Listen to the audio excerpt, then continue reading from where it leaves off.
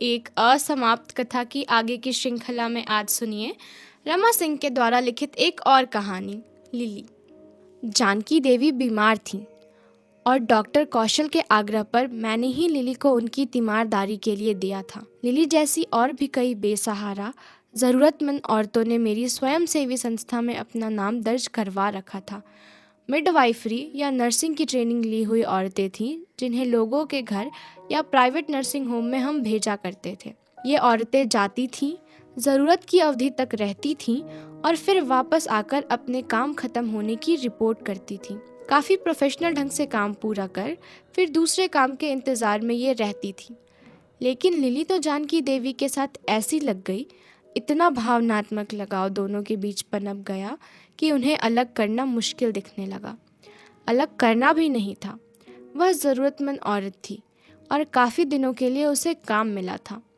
लेकिन लिली को लेकर जानकी देवी जैसी अमीर औरत के घर आंधी तूफान खड़ा हो जाएगा जिसमें फंसी जानकी देवी आहत हो उठेंगी, किसी ने सोचा भी नहीं था। डॉक्टर कौशल जनरल प्रैक्टिशनर थे। जानकी देवी उनकी माँ थी जिनके कुल्हे की हड्डी टूट गई थी। 70 से ज़्यादा की उनकी उम्र थी और दमे की वह मरीज थीं, डायबिटिक भी थीं। बाकी दूसरे डॉक्टरों ने ऑपरेशन करने से इनकार कर दिया था, लेकिन करिश्मा नर्सिंग होम के डॉक्टर अजय ने धीर गंभीर बोली में कहा कि महीने में ऐसे कम से कम 500 रोगी का वह ऑपरेशन करते हैं और रोगी चलकर ही वापस जाता है। इसे बाथरूम फ्रैक्चर कहते हैं। ऐसे अधिकांश मरीज की उम्र 50 के करीब या 50 से ज़्यादा ही होती है। जानकी देवी के ऑपरेशन की डेट, टाइम, ऑपरेशन के पहले जितने टेस्ट करवाने थे, सभी कुछ प्रिस्क्रिप्शन में दर्ज कर दिया गया था। ऑपरेशन के एक दिन पहले डॉक्टर कौशल के साथ उनकी माँ आई थी नर्सिंग होम। एम्बुलेंस के स्ट्रेचर पर लिटाकर वार्ड में उन्हें ले जाया गया। वह दर्द से कराह रही थी, चेहरा पसीना पसीना हो आया था। बेड पर लिटाते ही लिली ने तौलिए से उनका मुंह पोंछा। वह असामान्य ढंग से जल्दी जल्दी सांस ले रही थी। लिली ने उनके मुंह से इनहेलर लगा दिया। जब सांसें उनकी सामान्य हुई तो डॉक्टर कौशल ने दवा दी थी। अब वह सो रही थी। जानकी देवी को भर्ती करवाकर सभी वापस आ गए थे, डॉक्टर कौशल को छोड़कर। लिली रह गई थी। उम्र में वह 35-40 की लगती थी। 2 बच्चों की माँ थी। बच्चे स्कूल जाते थे। वह वहीं जानकी देवी के बगल में फर्श पर एक चादर बिछाकर लेट गई थी, जबकि उसके लिए अलग से एक कोट की व्यवस्था की गई थी।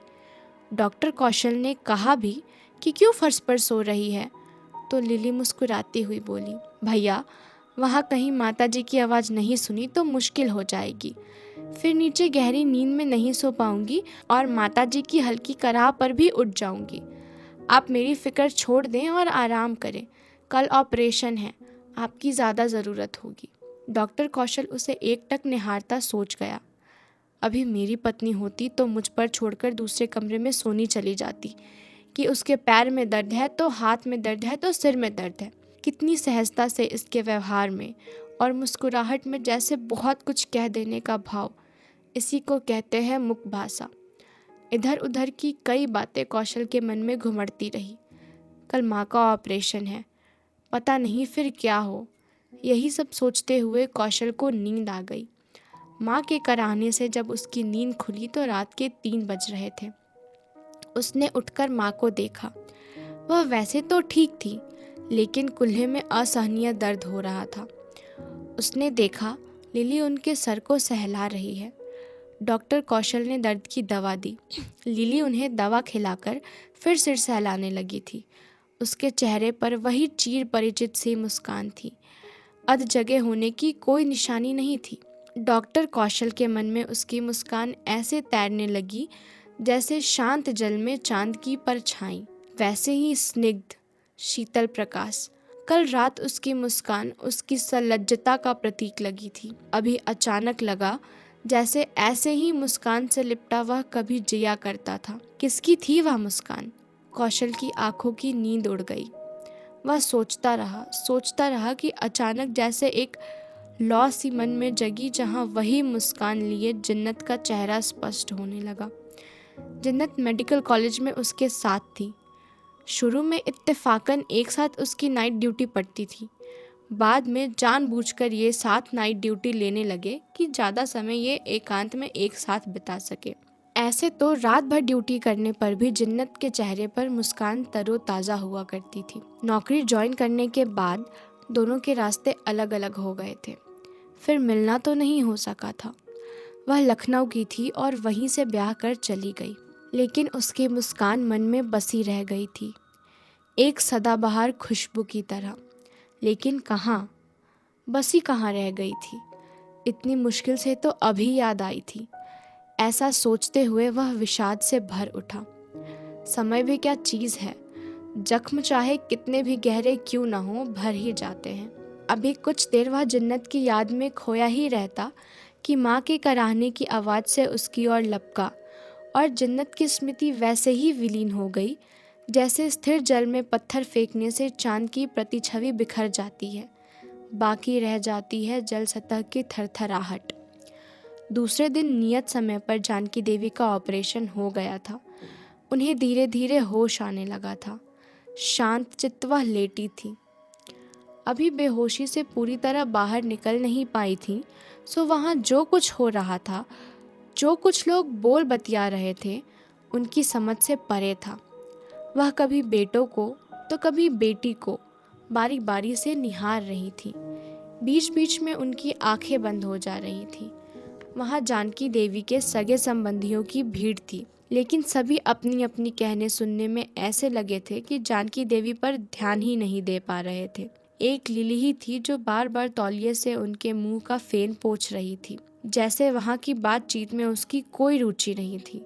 वह अपलक जानकी देवी की आती जाती सांसों की जैसे गणना कर रही थी। वह उनकी काया से लगी बैठी थी, जैसे यदि उनकी सांसें टूटने लगे तो वह टूटने नहीं देगी। जानकी देवी से मिलने जो भी आ रहे थे, सभी की आंखों में एक जिज्ञासा थी कि जानकी देवी के प्राणों की रखवाली करने वाली यह औरत है कौन? अपने खून से भी बढ़कर आखिर कौन सी चीज है जो इस औरत की सिराओं में बसी है? नर्स सेवा तो करती है, लेकिन रोगी में अपने को इतना आत्मसात नहीं कर लेती कि यदि रोगी की सांसें उखड़ने लगे तो नर्स की भी सांसें उखड़ जाए। दूसरे दिन मैं भी गई थी जानकी देवी को देखने। वैसे तो नर्सिंग होम में किसी का कराहना, किसी रोगी की हालत खराब होते जाना, अफरा तफरी और फिर स्वजनों के रोने बिलखने से जीवन की कथा का उपसंहार होना वहाँ की दिनचर्या में शुमार होता है। लेकिन करिश्मा नर्सिंग होम सिर्फ ऑर्थोपेडिक नर्सिंग होम ही था। यहाँ मानव शरीर के किसी अंग के टूटने फूटने की ही मरम्मत होती थी, सो मृत्यु जैसी पीड़ादायक घटना यहाँ नहीं के बराबर ही घटती थी। इतना ज़रूर था कि किसी का पैर, किसी का हाथ तो किसी के कोई अंग प्लास्टर के साथ ट्रैक्शन में होता था। सभी के सभी पेशेंट पिकासो की पेंटिंग से दिखते थे, जैसे बहुत सारी पेंटिंग करके सभी बोर्ड में रंग सूखने के लिए रख दिए हों। लेकिन जिस नर्सिंग होम में मृत्यु जैसी घटना नहीं के बराबर ही घटती थी, उसी नर्सिंग होम में जानकी देवी की जीवन लीला समाप्त होने लगी थी। रात के 10 बज रहे थे। उनसे मिलने वाले लौट चुके थे। अभी उनका बड़ा बेटा गौतम डॉक्टर से बात कर कोई दवा लाने ही गया था कि जानकी देवी की सांस फूलने लगी। दमे का सीवियर अटैक हुआ था। अफरा तफरी मच गई थी। लिली कभी ऑक्सीजन लगाती तो कभी उन्हें संभालती। रात भर जानकी देवी मौत से जूझती रहीं। सुबह का उजास उनके लिए जैसे नव जीवन लेकर आया था। लिली के चेहरे पर थकान के बावजूद मुस्कान थी। म्लान चेहरा ओश की बूंदों सा चमक रहा था। जानकी देवी पूरी तरह से उभर चुकी थी उस अटैक से, और अब वह सो रही थी। रात से ही जानकी देवी के तीनों बेटे का बारी बारी से फोन आ रहा था। वे अपनी असमर्थता दिखला रहे थे। डॉक्टर कौशल लौट गया था अटैक के पहले ही, क्योंकि बड़े ही जद्दोजहद के बाद बैंक से लोन लेकर उसने अपना एक छोटा सा नर्सिंग होम खोला था। डॉक्टर कौशल के गर्दिश के दिनों में यह नर्सिंग होम डूबते को तिनके का सहारा लग रहा था। उनका तीसरा बेटा पेशे से वकील था। बार बार अपने मोबाइल से माँ का हालचाल ले रहा था। अपनी असमर्थता बतला रहा था कि पल भर के लिए भी अपनी जगह से हटना उसके लिए संभव नहीं है। स्थिति संभलते ही वह आएगा। जानकी देवी दीवार की ओर एक टक देख रही थी। कल रात यहाँ रोशनी में कितने पतंगे आ जुटे थे। रोशनी का आकर्षण था जो उन्हें खींचकर ले आया था। तभी गौतम पेड़ की एक छोटी टहनी ले आया और टांग दिया रोशनी के करीब ही। अब पतंगे हरियाली देख उस डाली के साथ उलझने पुलझने लगे। सुबह के उजास के साथ ना तो पतंगे थे, ना ही छिपकली। जानकी देवी वैसे तो भली चंगी हो गई थी, लेकिन एक तो बुढ़ापा, दूसरे दमे की मरीज। भीतर से संतप्त और दुखी भी थी अपने बेटे और बहुओं से।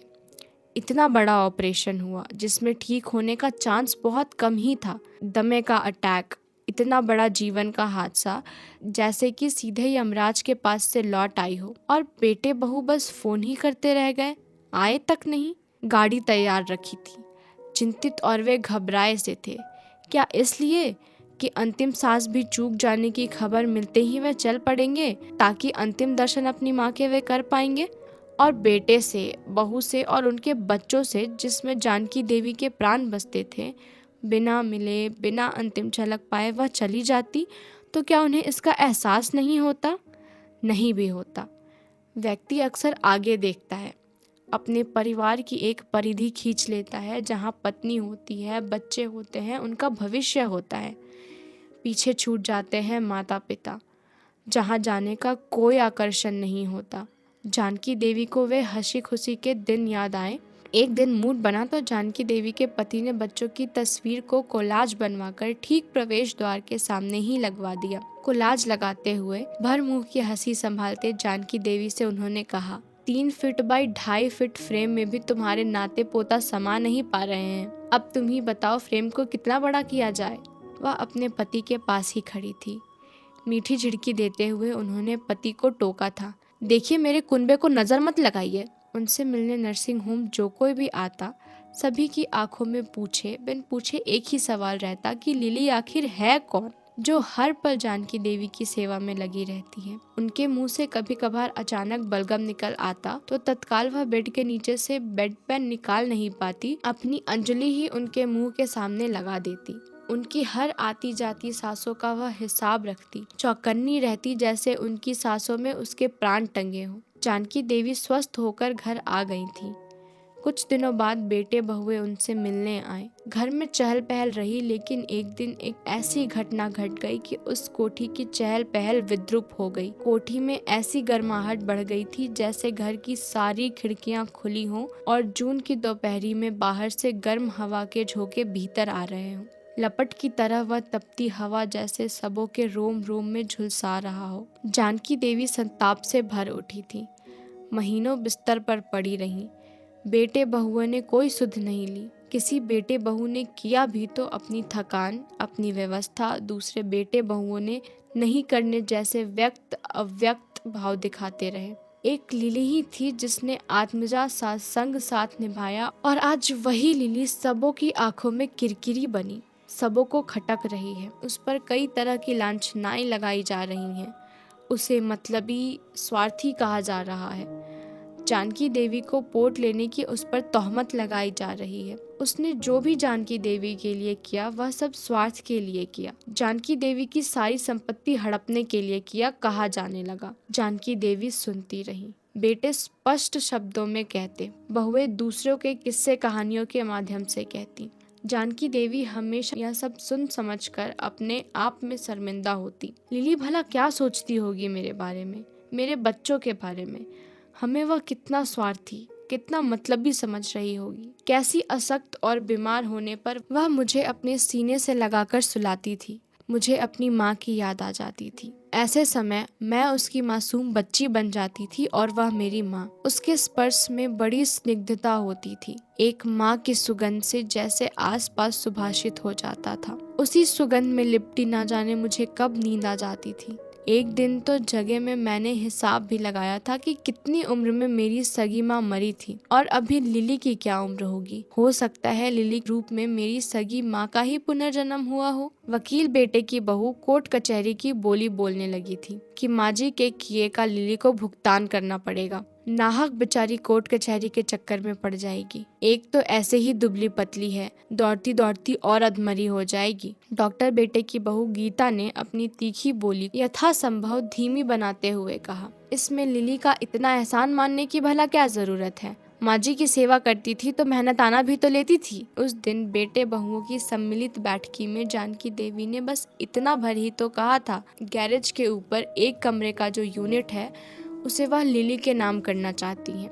वह भी उन्होंने तब कहा जब अव्यक्त रूप से बेटों ने इच्छा जाहिर की थी कि 4 फ्लैट वाला एक मकान और 2 फ्लैट वाला ये मकान, फिर 2-2 मार्केट कॉम्प्लेक्स का बंटवारा भाइयों में कर दे। शायद अभी बंटवारे की बात का इशारा वे नहीं भी करते, लेकिन इधर से कई बार जानकी देवी के पति ने गुस्से की बोली में कहा था, ऐसे स्वार्थी बेटे बहुओं से तो अच्छे हैं मेरे नौकर चाकर, मेरा ड्राइवर और यह लिली। लिली को तो साक्षात ईश्वर ने हमारी मदद को भेज दिया है।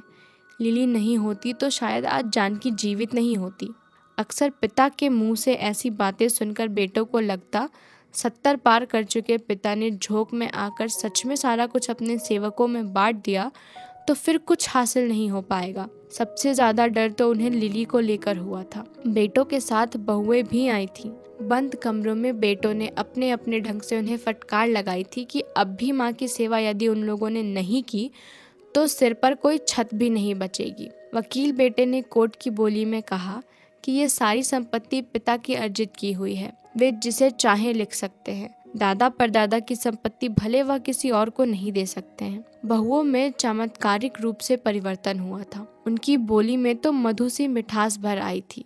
जब भी वे अपनी सास से बातें करती तो जैसे मधु टपक पड़ता। उसी मधु भरी बोली में उन्होंने लिली को आने से मना कर दिया और सास से बोली, सारा पुण्य क्या लिली ही कमाएगी? हम लोग भी तो माँ की सेवा करना चाहते हैं। लिली का आना बंद हो गया था। बहुओं ने बारी बारी से सास की सेवा करना शुरू कर दिया था। हफ्ता 10 दिन भी नहीं बीते थे कि बंटवारे की बात उठने लगी। तभी जानकी देवी ने गैराज के ऊपर का एक कमरा वाला फ्लैट लिली के नाम करने की बात की थी। बेटों ने एक साथ ही सवाल किए थे, क्या पापा आपकी बात से सहमत हैं? हम दोनों ने मिलकर ही तो ये फैसला किया है। उसी वाक्य के बाद तो कोठी में बेचैन गहमा गहमी शुरू हो गई थी। सबों के चेहरे सूख गए थे। बहुएं रुआसी हो आई थी। उन्होंने अपना सामान बांधना शुरू कर दिया कि उन्हें अब कुछ नहीं चाहिए, सारी संपत्ति लिली को ही दे दे। सारा कुछ भाइयों में बंटकर रह गया था। गैरेज के ऊपर वाला यूनिट लिली को देने की बात वहीं उन्हीं के बीच दबकर रह गई थी। उसके बाद ना तो कभी उन्होंने लिली को बुलाया था, ना ही स्वयं वह आई थी। लिली को इस बात की तो भनक भी नहीं लगी थी कि जानकी देवी वह यूनिट उसे देना चाहती थी और बच्चों के दबाव में आकर नहीं दे पाई थी। लेकिन उनके बच्चों के चेहरे पर अपने लिए जो भाव उसने देखे थे उसे बड़ा ही तिरस्कारपूर्ण लगा था। वह उसे याद तो आती थी, लेकिन मन दबाकर वह रह जाती थी। उन्हीं दिनों जानकी देवी ने मुझे बुलवाया था।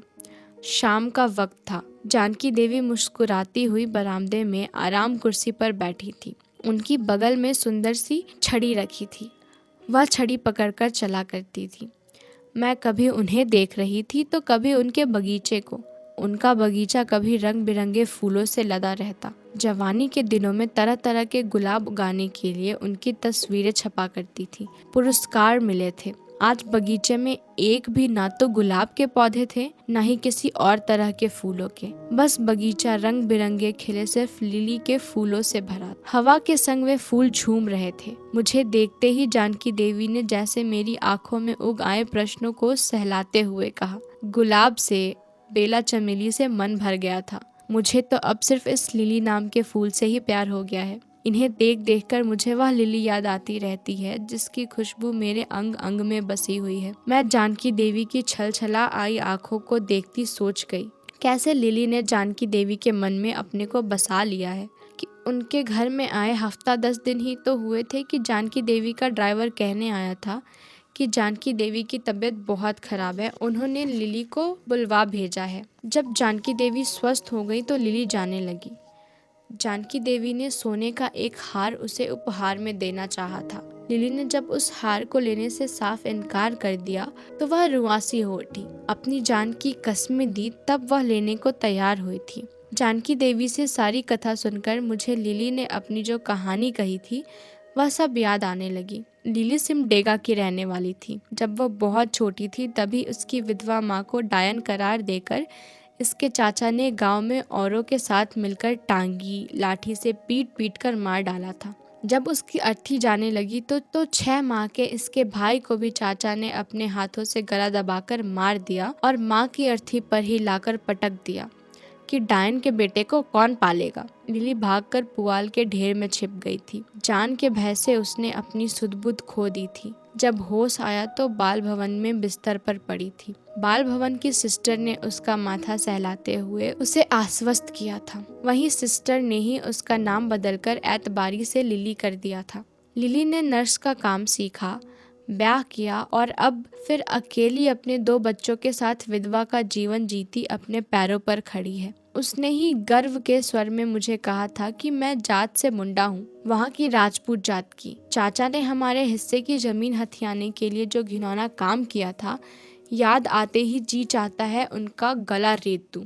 जानकी देवी के घर जाने की मनाही हो जाने पर लिली ने ही मुझे बताया था कि वैसे तो अपने जाति गुण से काम के प्रति मैं ईमानदार हूँ, लेकिन पहली नज़र में ही जानकी देवी मुझे मेरी स्वर्गीय माँ जैसी शक्ल सूरत में लगी थी। बातचीत का ढंग भी वैसा ही।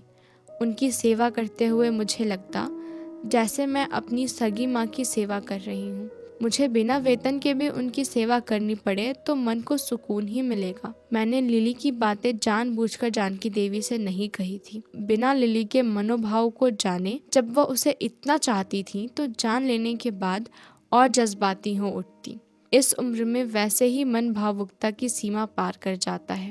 वर्षों बाद एक दिन लिली घबराई हुई सी मेरे पास पहुंची थी। वह मेरे घर ही आई थी। उसने अकेले में ले जाकर मुझसे कहा, मैडम, जानकी देवी ने उपहार में जो हार मुझे दिया था वह तो बहुत ही कीमती है।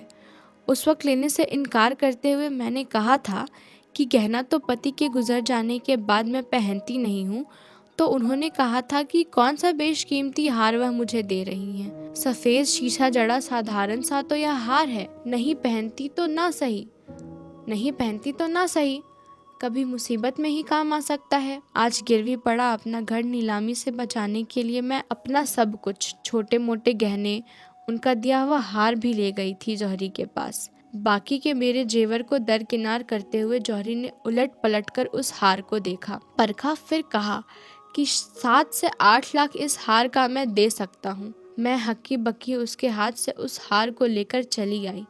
रास्ते भर जानकी देवी की बोली याद आती रही थी, जेवर कभी मुसीबत में भी काम आ सकते हैं। कहीं ऐसा तो नहीं कि जानकी देवी इस हार की कीमत नहीं जानती थी। मैंने लिली को आश्वस्त किया, वह निश्चित रूप से इसकी कीमत जानती थी। उन्होंने हीरे जड़े उस हार को जानबूझकर सफ़ेद शीशा जड़ा साधारण हार कहा था, साथ ही मुसीबत के वक्त काम आएगा जैसी बातें भी कही थी। वह तो अपने घर का एक छोटा सा यूनिट देकर देवी देवता की तरह तुम्हें अपने घर में ही स्थापित करना चाहती थी, लेकिन कर नहीं पाई, तो इस हार को देकर अपनी इच्छा की भरपाई वह कर गई। तुम्हारे पास अपना घर नहीं, अपना घर गिरवी पड़ा है। इस बात से वह बहुत दुखी थी। जाकर गिरवी पड़ा अपना घर इस हार को बेचकर वापस ले लो। शायद जानकी देवी यही चाहती थी।